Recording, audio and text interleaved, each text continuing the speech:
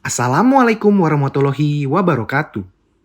Halo Sobat Nusantara, kembali lagi bersama channel kesayangan kalian.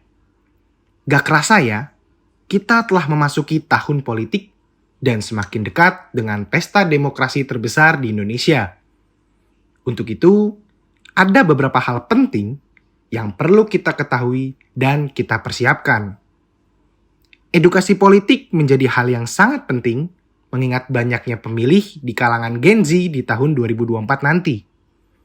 Sebagai generasi penerus bangsa, yuk sama-sama membangun demokrasi yang sehat dan turut berpartisipasi mengawal pemilu 2024. Jangan sampai ada perpecahan yang timbul oleh hoaks, polarisasi, politik identitas, dan isu 3 periode yang jelas melecehkan konstitusi. Lebih jelasnya, mari kita simak penjelasan dari para ahli berikut ini. Assalamualaikum warahmatullahi wabarakatuh. Salam sejahtera untuk kita semua. Om Swastiastu, Namo Buddhaya, salam kebajikan. Sobat Nusantara dimanapun Anda berada, di bumi Indonesia yang sangat ramah dan juga penuh kedamaian semestinya, kita perlu ingat terkait dengan salah satu hajatan demokrasi yang pada 14 Februari 2024 akan kita laksanakan, yaitu pemilihan umum serentak, di mana ini menjadi hajatan terbesar demokrasi dan juga politik di Indonesia.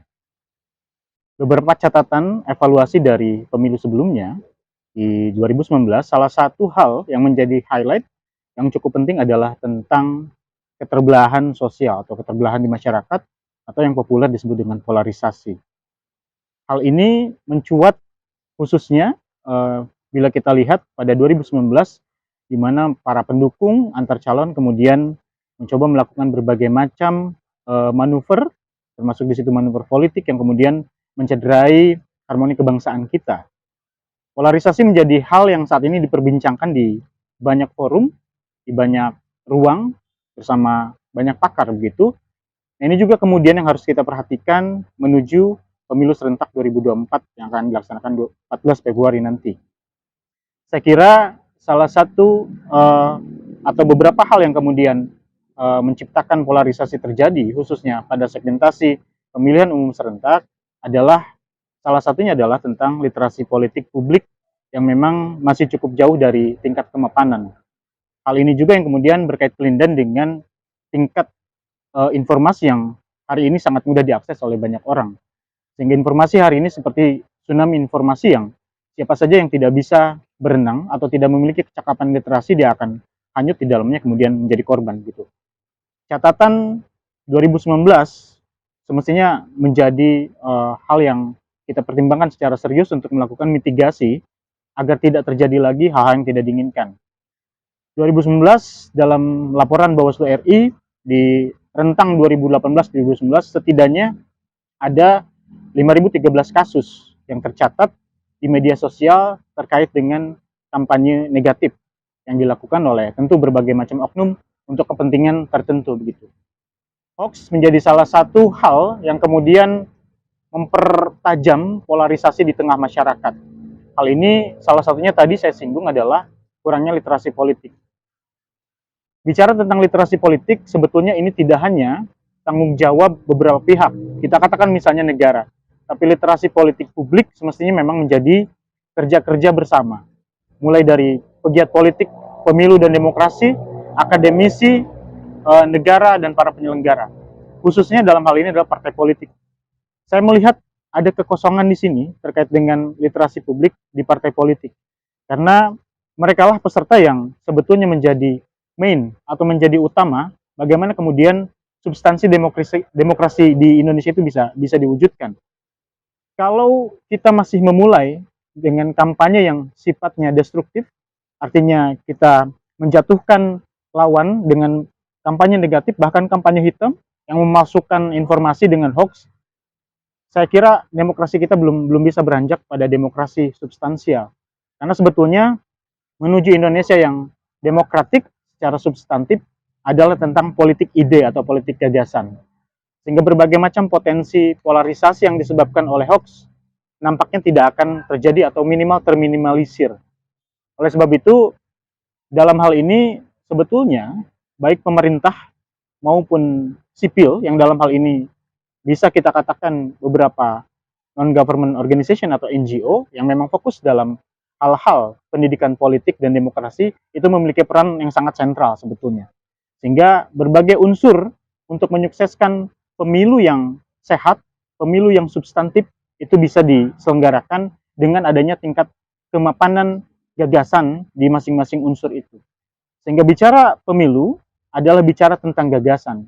Oleh sebab itu, produk politik pemilu tidak bisa pernah kita lepaskan dari rentetan atau tahapan pemilu itu sendiri. Kalau rentetannya dibumbui dengan hoax, kampanye hitam, kampanye negatif, saya kira memang itu akan menciptakan sebuah produk yang agak jauh dari substansi yang sama-sama kita inginkan. Oleh sebab itu, pemilu yang baik harus kita mulai dengan pendidikan politik, literasi publik, di mana pandangan masyarakat tidak hanya akan terkunci pada interpretasi bahwa pemilu hanyalah hajatan per 5 tahun sekali, tapi pemilu adalah sebuah proyeksi konstruksi bernegara yang sangat panjang, di mana setiap regulasi yang dihasilkan dari produk politik kepemiluan itu adalah berhubungan dengan hajat hidup orang banyak.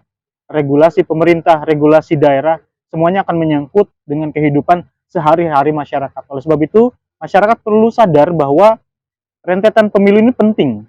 Bagaimana kemudian kampanye atau berbagai macam informasi tentang politik, demokrasi, dan kepemiluan itu bisa dilihat sebagai sebuah hal informatif yang nantinya akan menjadi parameter siapa yang harus dipilih atau calon siapa yang kira-kira memenuhi standar bagaimana kemudian mereka diberi amanah oleh rakyat untuk kemudian memberikan atau membawa menahkodai negara ini ke arah mana.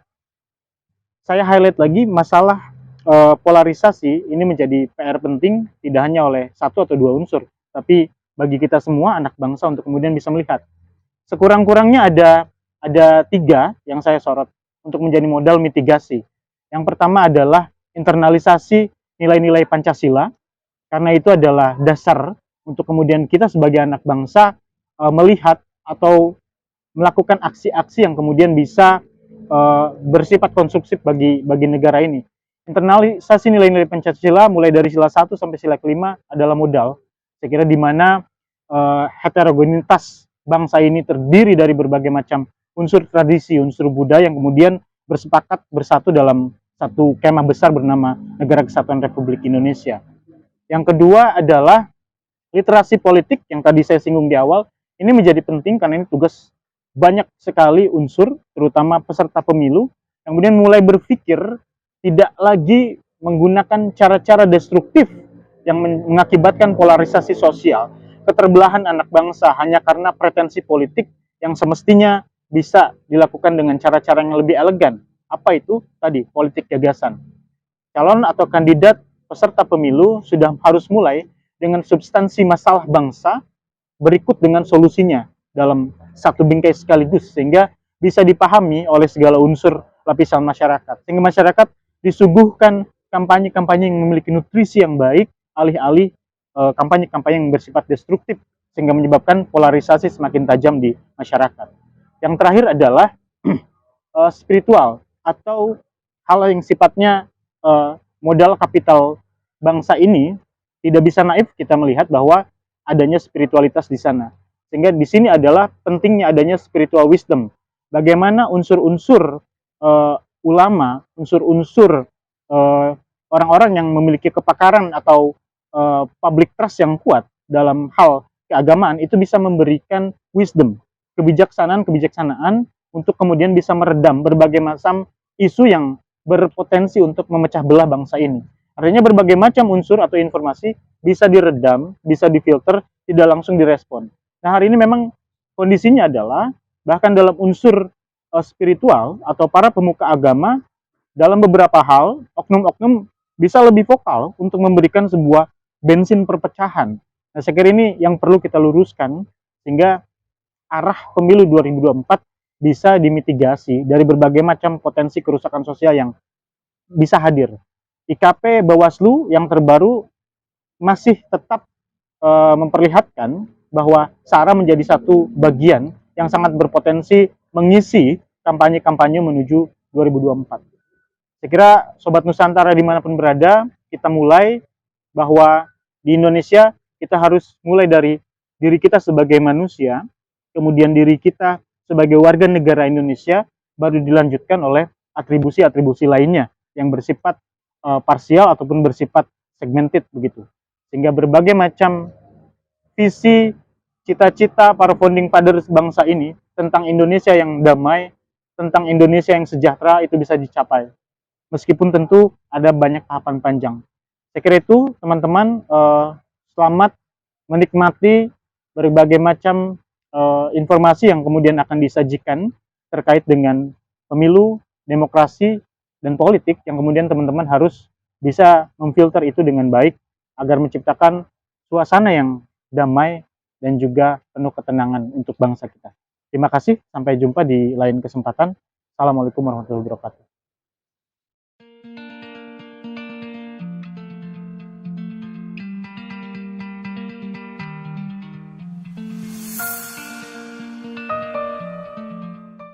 Assalamualaikum warahmatullahi wabarakatuh. Eh, Pertama-tama tentu terkait polemik 3 periode, saya kira pada posisi di mana konstitusi sudah membatasi presiden hanya 2 periode dan tidak boleh hanya karena ada orang yang katakanlah dianggap baik, bagus, kemudian pintar dan secara kepemimpinan bagus juga,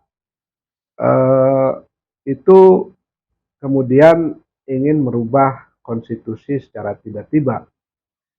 Ini menurut saya tidak baik ya, bagi keberlangsungan kehidupan berbangsa dan negara dan juga untuk demokrasi itu sendiri. Sehingga tentu konsistensi kepada aturan main yang sudah sepakati oleh bangsa ini melalui konstitusi harus juga kita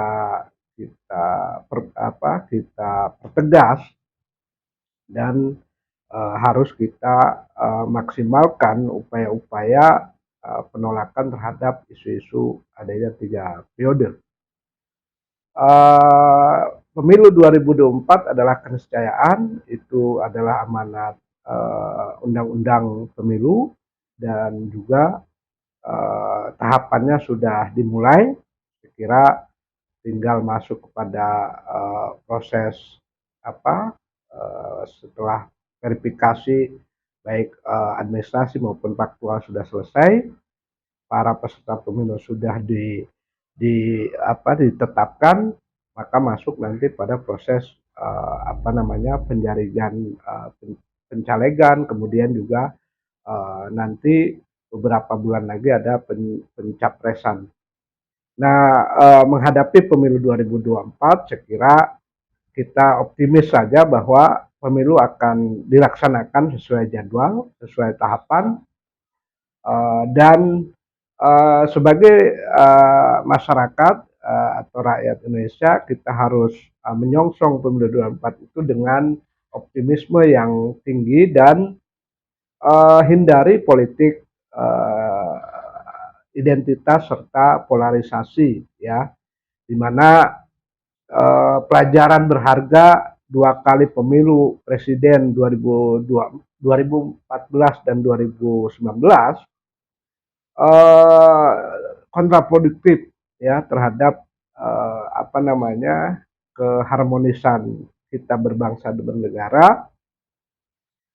Jangan lagi menganggap pemilu adalah pertarungan hidup mati atas nama agama, atas nama suku, ras, dan lain sebagainya, tetapi adalah pertandingan para putra-putra terbaik bangsa untuk menjalani regenerasi kepemimpinan sebagaimana diamandatkan tadi oleh konstitusi, bahwa 5 tahun sekali eh, apa namanya regenerasi kepemimpinan itu harus dilaksanakan, dan 2024 adalah masa ketika regenerasi itu harus dijalankan, dan itu adalah nanti siapapun yang akan berkontestasi ya itu tentu sudah melalui proses di mana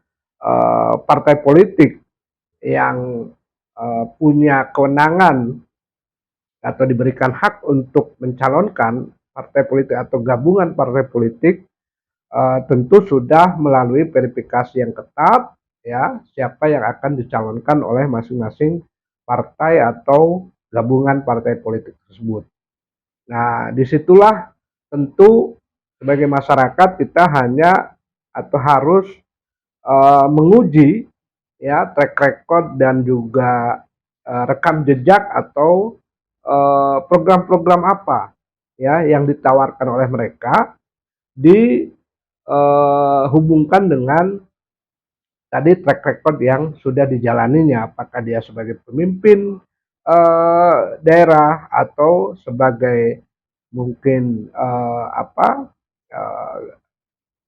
aktivis masyarakat dan lain sebagainya, di mana hal itu tentu tidak lagi bersinggungan dengan persoalan-persoalan katakanlah apakah agamanya, sukunya, rasnya, dan lain sebagainya.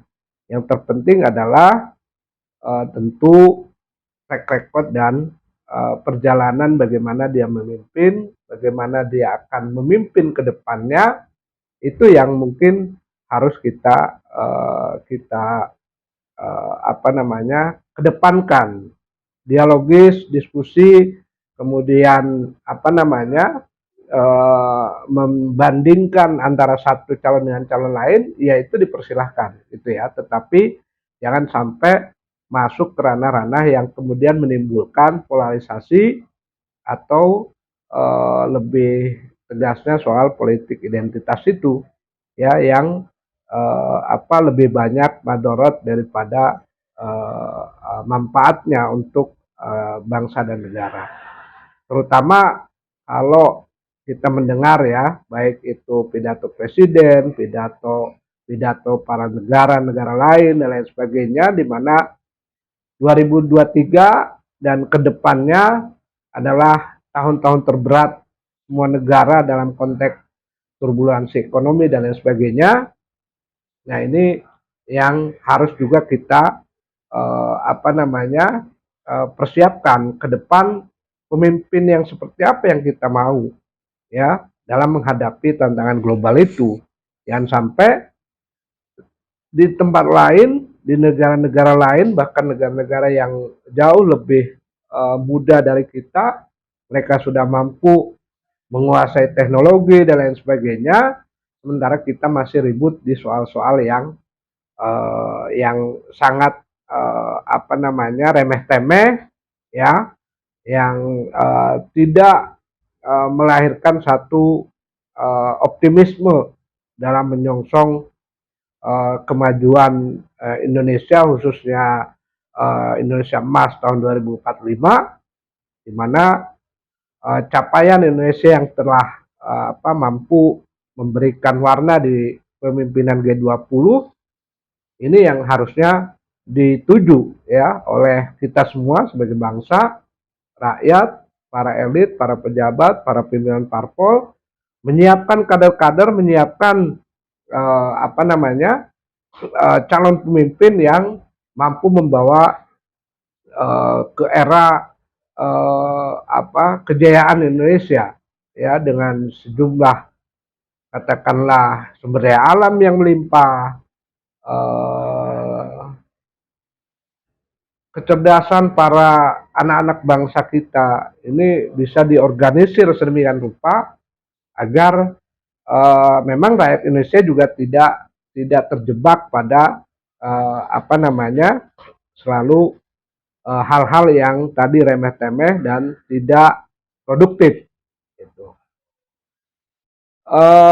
sejauh bahwa ada tetap masih ya masyarakat kita atau elit-elit kita yang terus membawa ke arah eh, apa politik identitas, politik aliran.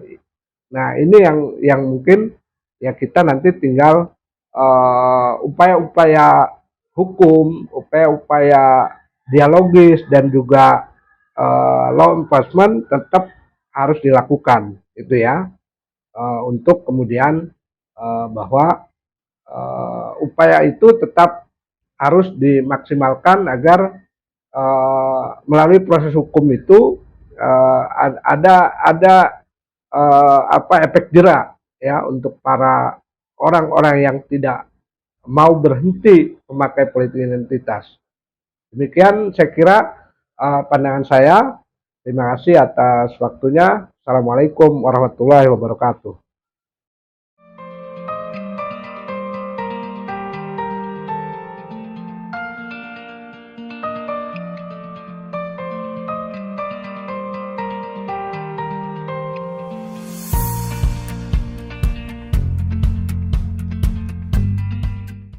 Assalamualaikum warahmatullahi wabarakatuh. Shalom, namo buddhaya, salam sejahtera untuk kita semua. Om Swastiastu. Perkenalkan sebelumnya, saya Teddy. Saya hari ini akan berbicara terkait dengan hal yang belakangan ini menjadi topik pembicaraan, yakni tentang pemilu tahun 2024. Nah, kebetulan pada tahun lalu, tepatnya pada tanggal 14 Juni 2022, tahapan pemilu telah dimulai oleh KPU Republik Indonesia, dan pada tanggal 14 Desember 2022 juga KPU telah menetapkan partai politik peserta pemilu 2024. Nah, bicara soal pemilu 2024, maka kita nggak bisa dilepaskan dengan suksesi kepemimpinan. Jadi maksud dari suksesi kepemimpinan ini adalah pergantian kepemimpinan yang dilaksanakan secara konstitusional lewat pemilihan umum. Dan pemilihan umum ini menjadi penting karena melibatkan banyak pihak. Jadi siapa-siapa saja yang dilibatkan pada penyelenggaraan pemilu ini, yakni pertama adalah penyelenggara, yang penyelenggara dalam hal ini adalah KPU, Bawaslu, DKPP, kemudian adalah pihak keamanan, kepolisian, tentara negara Republik Indonesia. Habis itu juga tentunya masyarakat sebagai pemegang kedaulatan tertinggi di Republik ini. Jadi seperti yang kita ketahui bahwa tentu masyarakat juga ada klasifikasinya. Jadi hak pilih itu adalah masyarakat yang sudah berusia 17 tahun ke atas atau sudah memenuhi syarat-syaratnya yang sudah ditentukan oleh KPU. Nah, kalau kita bicara soal pemilu, maka kita, apalagi pemilu 2024 ya, kita nggak bisa lepas atau nggak bisa melepaskan diri dari sejarah ataupun pengalaman-pengalaman dari pemilu-pemilu sebelumnya. Khususnya pemilu sebelumnya, yakni tahun 2019, di mana begitu banyak masalah, begitu banyak konflik yang ditimbulkan, dan bahkan sampai hari ini kita masih merasakannya. Nah, salah satu yang masih bisa kita rasakan sampai hari ini adalah polarisasi. Jadi di pemilu tahun 2019 kemarin kan calonnya ada dua, calon presiden dan wakil presidennya. Dan polarisasi yang terjadi antara pendukung satu dengan pendukung lain begitu tajam, sangat tajam, dan masih bisa kita rasakan hingga hari ini. Dan itu kita nggak bisa lepaskan dari beberapa permasalahan. Salah satunya adalah politik identitas. Sebagai negara besar dengan keberagaman yang luar biasa, Indonesia dibekali dengan ribuan pulau, belasan ribu pulau, bahkan ribuan suku, ribuan bahasa, adat istiadat, agama, dan lain sebagainya yang begitu beragam dengan jumlah yang begitu besar. Keberagaman ini seharusnya menjadi modal untuk kita bersatu dan membawa bangsa Indonesia semakin besar. Salah satunya lewat pemilu ini. Tapi oleh beberapa oknum, hal ini, keberagaman ini, perbedaan ini digunakan untuk kepentingan mereka masing-masing. Nah, politik identitas ini bisa atau dijadikan strategi buat mereka, memanfaatkan primordial perbedaan-perbedaan tersebut, baik itu suku, agama, ras, budaya, dan lain-lain. Nah, itu ditonjolkan untuk mendapatkan apa yang mereka inginkan. Sehingga politik identitas menjadi semacam strategi politik yang bisa dikatakan selalu berhasil untuk memenangkan calon-calonnya.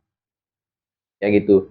Sehingga politik identitas sesungguhnya, kalau menurut saya pribadi, di Indonesia nggak bisa dihindarkan. Tapi bagaimana kita sebagai anak muda, pemerintah, dan juga seluruh pihak, komponen yang memiliki kepentingan untuk bisa membijaksanai, untuk bisa menyikapi identitas ataupun perbedaan identitas yang kita miliki.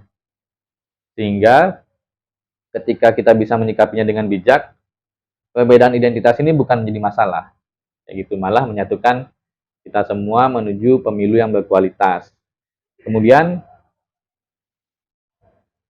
hal tersebut ataupun polarisasi yang sudah terjadi di pemilu tahun 2019 yang bahkan kita bisa rasakan hari ini, kemudian perbedaan-perbedaan yang tentu saja tetap kita warisi sebagai kekayaan bangsa, itu harus kita upayakan atau kita carikan solusi agar hal ini dapat kita minimalisir. Polarisasi yang tajam, jika kita berkaca dari pemilu tahun 2019, itu diakibatkan oleh adanya dua calon.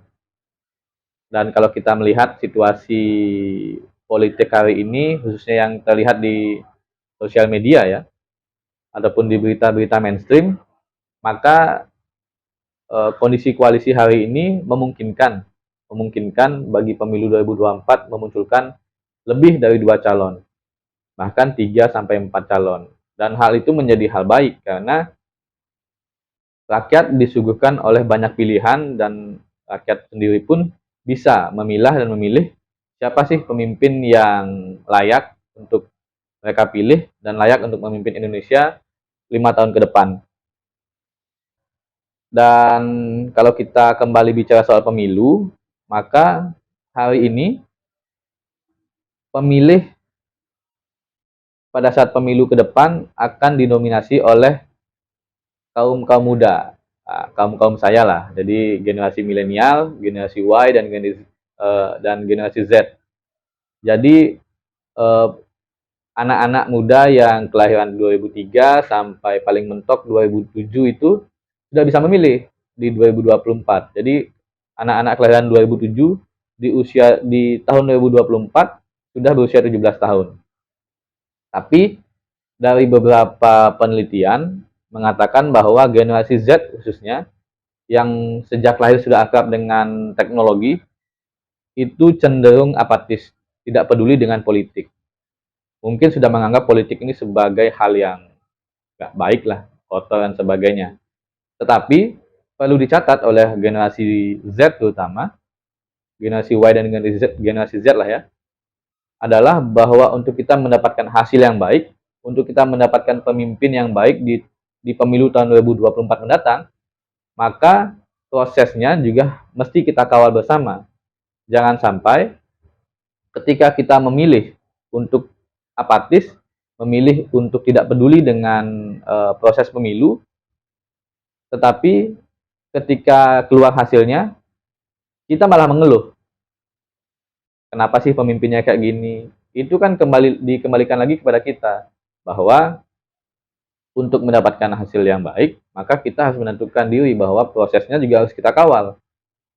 Agar prosesnya baik, kita juga mengawasi seluruh komponen yang bekerja di dalamnya, dan kita pun harus aktif melakukan sosialisasi untuk mencerdaskan pemilih, minimal lewat jari-jari kita lah, bahwa generasi Z hari ini kan sudah saya katakan tadi adalah generasi yang akrab banget nih dengan teknologi. Bahkan sejak balita mungkin sudah megang HP, sudah megang tab, tablet dan sebagainya.